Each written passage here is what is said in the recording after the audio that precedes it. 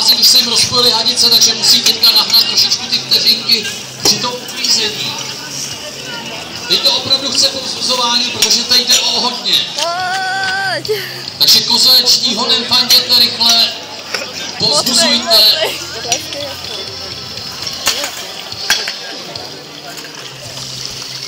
A připravuje se Hradecko. To je 10. tým, který se dnes představí.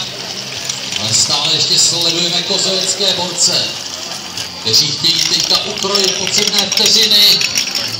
Aby dosáhli co nejlepšího času, tak musí co nejlépe a co nejrychleji zvládnout tu závěrečnou uklízecí část.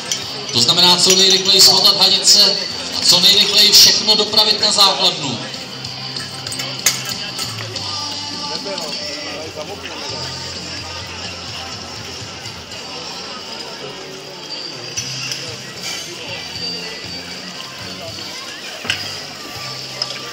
Kdyby někomu, přátelé, bylo snad horko, tak je dobrý pohybovat se v prostorách rozdělovače, tam se to často rozpojuje a velmi často tam může dojít k nástřiku, takže se tam dnes velmi lacino osvěžíte.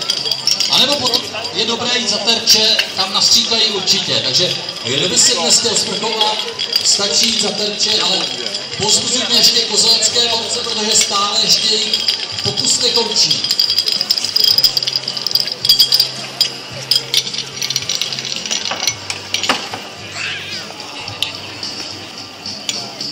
Za malou chvilinku to bude mít tým kolem Vojtěcha Jiskry za sebou. Ještě rychle všechno uklidit a rychle na startovní čáru. Ještě poslední hadice a pak už je rychle na základnu a rychle na start. Vidíte, že spalit mokrou hadici není vůbec jednoduché, že jsou s nimi docela problémy, ale borec v kozoleckém dresu se nevzdává a dobíhá k základně. Už je na startovní.